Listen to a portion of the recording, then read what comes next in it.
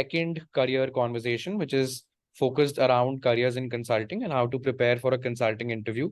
So for that, we have Miss Bhavyaa Kukreti with us today. She's working with Bain and Company right now, but I'll let her give her introduction. So the intent is the same. I'll ask her some very pointed questions around consulting preparation and consulting interviews and her interview experience with Bain, which will help all of us who are in B school or who are applying for consulting firms as a working professional as well. So, hey Bhavya, hope all is well. Yeah, everything's great. Thanks, Arthak, for that. Sure. And for the audience, I'll just maybe introduce myself a little in detail so that they know my exact background, etc. Sure. So, I did my bachelor's in management studies from Shahid Sukhdev College of Business Studies. Post that, I have about 3 years of experience in the research and advisory segment. So, I worked with CBRE, which is a property consulting firm. And then I was with Everest Group, which is a boutique advisory firm. Post that, I joined IIM Lucknow and I bagged a summer internship with Bain. After 2 months of like rigorous work, I was fortunate to get a PPO, converted the offer, and I'll be joining them as a junior consultant. So that's pretty much about my background. And now go ahead, Sarthak, you can ask me your questions. Understood. So was consulting always on your radar, or were you exploring different career paths when you entered B school? Right. So right after undergraduate, I was really confused. Let's start there. And that's why I did not want to go for an MBA immediately after, doing, especially after doing a BMS course somewhere in the commerce sector. I wanted to explore, I wanted to see what's out there in the corporate world.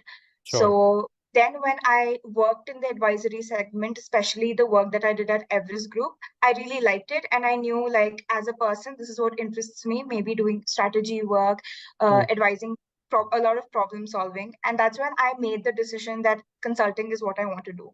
So Yeah. going into B school, I had a lot of clarity that consulting is the sector that I want to pursue. So from day one, I knew what to prioritize.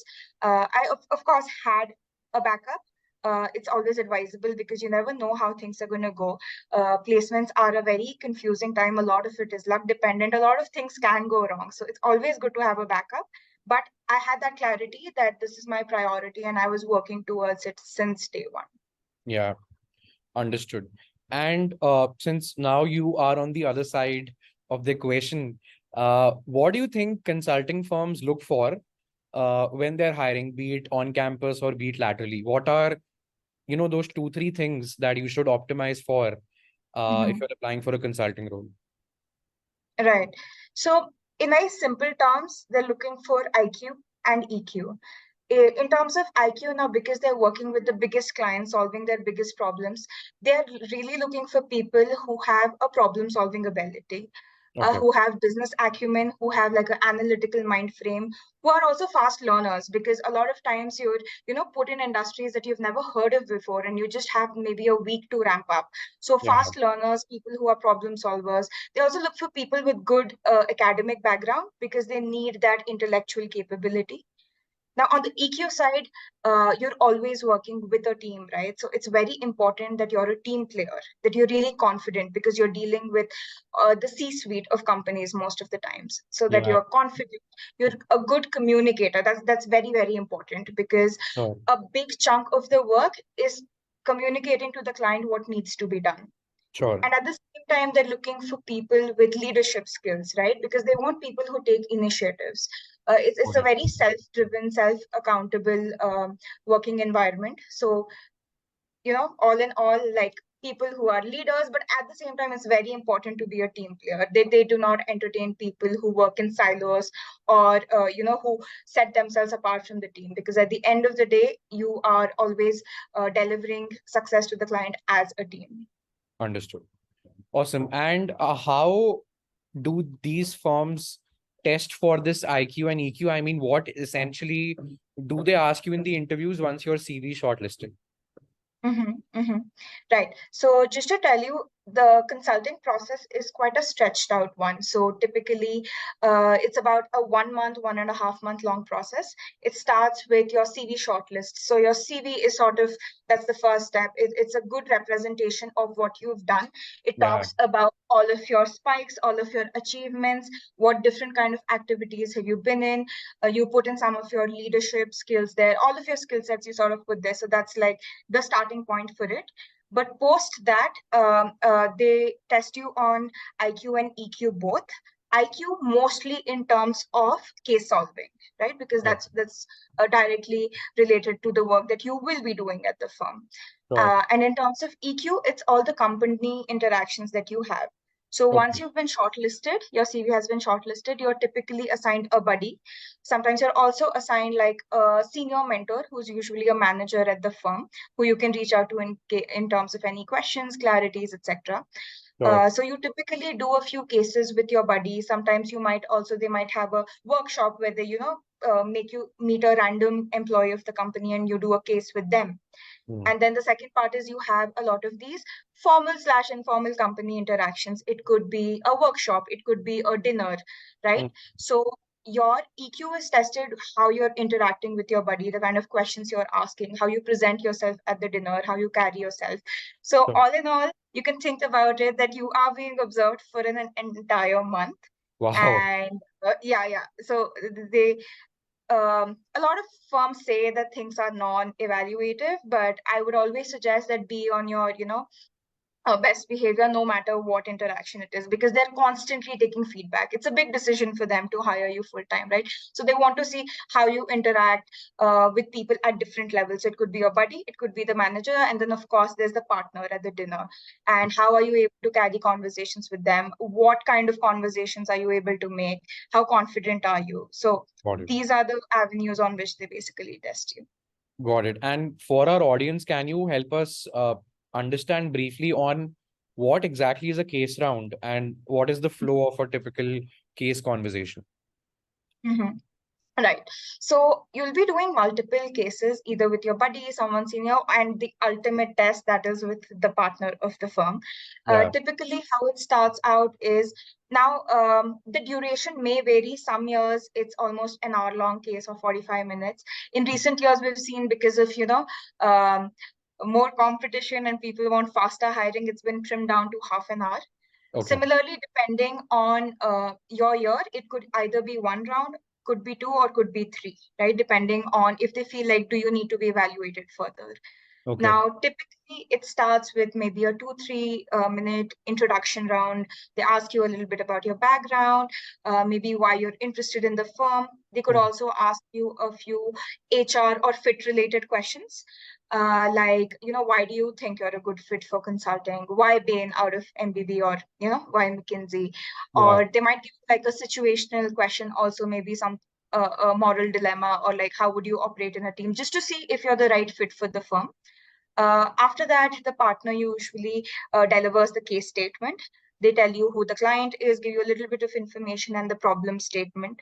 Yeah. Now, one thing that usually you'll notice is when you practice cases, the problem statement's very direct, right? So you Mhm. exactly know that this is a profitability case, this is a growth case, Yeah. or this is abstract.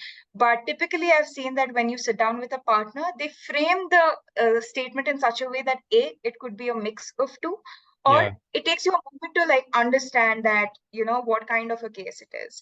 Understood. So that I think is really important to understand key what are we trying to get at. Got Then it. of course, like once you know that okay, this is the direction that I want to head into, you start with your entire problem solving, your CPCC, you ask your questions. Um, you might find that the partner is a Mm. little stern with you because they're trying to put you under pressure. They'll be poker faced, right? No Got it. expressions. They might interrupt you in the middle and just ask you random pinpointed questions. What do you think of this? What do you think of that?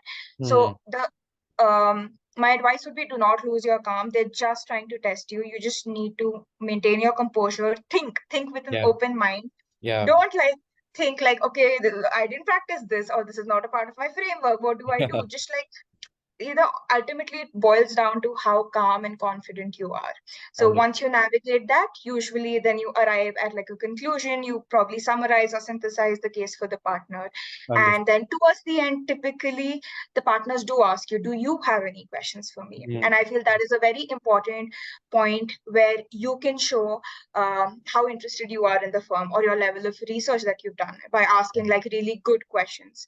And sometimes you kind of know beforehand who is going to interview you, because most likely the partner who called you to confirm the interview is the one who's going to take your actual interview. So doing some research on their profile, maybe asking them some personal questions, that will give you really good brownie points.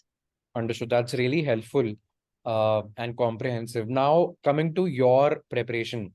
Now, I'll ask you a question which is a little more, which will be a little more useful for all of us, because, not all of us who are listening to this video would be going to an IIM or an ISB, but Mhm. we might want to apply for a consulting role laterally. Now, Right. you're not in that B school environment surrounded by buddies and, similarly Mhm. driven batchmates. How do you, as let's say a working professional, how should you plan your prep, and what would be your advice basis your interview journey? Right. So one major thing I've observed is when you're in a B school environment, you typically prep for about a month and a half at least. Yeah. And that's why you see like B school people are really good at case solving because they've put in that effort. Because at the end of the day, case prep, I would say, is a marathon. It's not a sprint. But usually for people who are applying laterally, they wait until like the interview is confirmed and then they just have maybe a week and then they just try to do everything in that 1 week. And that Yeah, becomes really complicated. very true. Um, One advantage that people in a B school have is that they're surrounded by people who also want to do consulting prep. And consulting prep cannot be done in silos. You need people, you need a case group, you need some seniors to mentor you.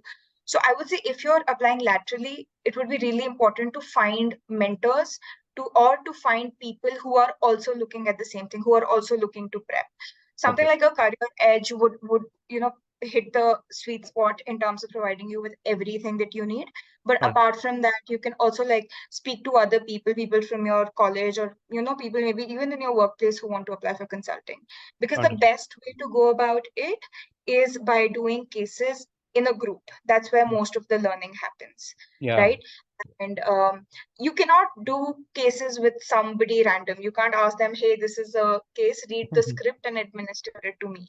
The Yeah. administrator needs to be capable enough and knowledgeable enough to guide you through it. Yeah. So I think in terms of that, the first thing would be get your resources in place. By resources, I would say start with your basic. It could be your books, case in point, Victor Cheng.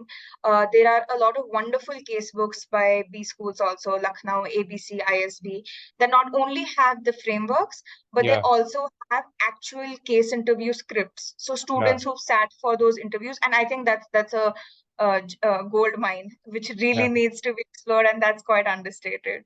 Yeah. So go through that. Then YouTube is a great place for content. You can find like videos of guesstimates, people solving a mock interview. That's also a good place. These are all things that you can do individually. Then Yeah. the second, like I said, would be to find that group, to find that support system, and then practice. Practice makes you perfect. But at the same time, it's not that the more number of cases you do, don't focus on that. People usually focus on, oh, I Mhm. did 100 cases, I did 150. The important thing is that you need to um, understand the framework, Yeah. right? So after you do a case, I would advise like maybe you administer that case to someone else or you fair it out, because the point is not to get to the answer. The point is to develop that first principle thinking, to Yeah. develop that structure, to be messy in your approach, to really um, have a lot of clarity in the way you're framing your entire case. Yeah. So Yeah. yeah, that would be the second thing. Yeah. Awesome. I think Prime. that really explains it very well. Now, my second last question to you is, uh, how was the Bain interview process structured for you? How many rounds of interviews did you have? And would you Mhm. be comfortable in sharing the kind of case or guesstimate questions that you were asked in the actual job interview? Yeah. Yeah, for sure. So, like I said, it's a long, stretched out process. So, I had two cases with my buddy Okay. over call or Zoom.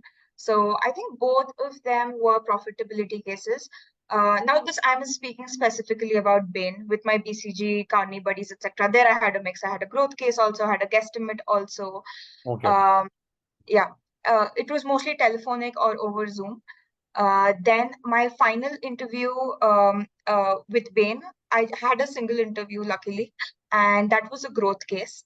So it was mostly, if you want the entire script, it's there in the IIM Lucknow casebook. So Yeah. anybody who wants can like refer to my interview in detail. But Lovely.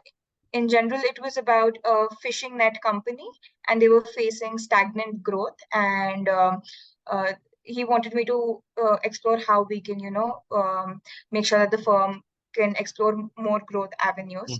Hmm. Typically, you will find that in final interview cases, there's always like a guesstimate sort of built into either a growth or profitability case. So in my case, also there was a guesstimate, not a full-fledged one, but he just wanted me to estimate, the demand in a certain geography that the company can expect. Okay. So I walked him through that approach, and um, it's okay to sometimes make a few, like I made one blooper where I made a big assumption in the starting, Hmm. but that was towards the end he highlighted that, but because everything else was on point, he probably just overlooked that. Yeah. Understood. So just one interview conversation around a growth case. That's it. Yeah. Lovely. Awesome. Now the last question is, who do you think should pick consulting as a career path Mm-hmm. Yeah. in terms of the persona of the candidate? Right. I think you've asked a really, really good question, because typically when you ask people why consulting, they'll just talk about because the job has this, that. Yeah. And that's honestly not the right way to go about it. In fact, in one of my interactions with my buddy at a dinner, perhaps, or with a manager, they asked me why consulting, and I talked about why my skills and consulting Yeah. skills match, and I'm really happy with that. They're like, this is the first time we're hearing this. Okay. So I'll probably answer this in a more personalized way, Sure. right? So just a little bit of background. Growing up, I moved around quite a lot. So I think intrinsically, I like being in new environments very often. I like meeting new people. I like when, uh, there's a lot for me to learn wherever there's, a new learning opportunity. Apart from that, I'm also a person who does not enjoy a lot of monotony. I like a lot of change. I like to learn about different things. So consulting provides you with that exposure to different industries. It allows you a platform to meet people, both like within the firm as well as interact with clients, right? And this is across different industries. Yeah. It allows you to travel, which I really enjoy. It allows you to, it's constant learning process. You have to learn, relearn, apply, which Yeah. is also that I really enjoy. And there's a lot of storytelling, a lot of problem solving, a lot of communication that is involved. Again, something that I feel like I possess the skills, or I can hone them, something that I'd be really enjoying in the future. Yeah. So I think these are some of the things that you need to keep in mind. If you're a person who does not enjoy a lot of dynamic work environment, who does not like too much change, too many surprises, then maybe consulting might not be the right fit for you, right? If you do not enjoy meeting a lot of new people, putting yourself out there in uncomfortable positions to, constantly adapt and change to environments, be Yeah. constantly traveling, then maybe you might want to reconsider if consulting is the right fit for you. So Understood. I think people should definitely not just look at what consulting has to offer, but you should also see like you as a person, your skills that you have, the personality that you have, would you be the right match, right? Because Yeah. it's not just about the money. If you're going to be unhappy, if you're not going to, if the firm does not bring out the best in you, then maybe you would be a right fit somewhere else. Yeah. Very true. Awesome. And thank you so much, Bhavya, for the really robust and personalized and comprehensive answers. I'm pretty sure this will help a lot of consulting aspirants immensely. So thank you so much once again. Oh, thank you so much, Sarthak, Yeah. and it was a great interaction, so thank you.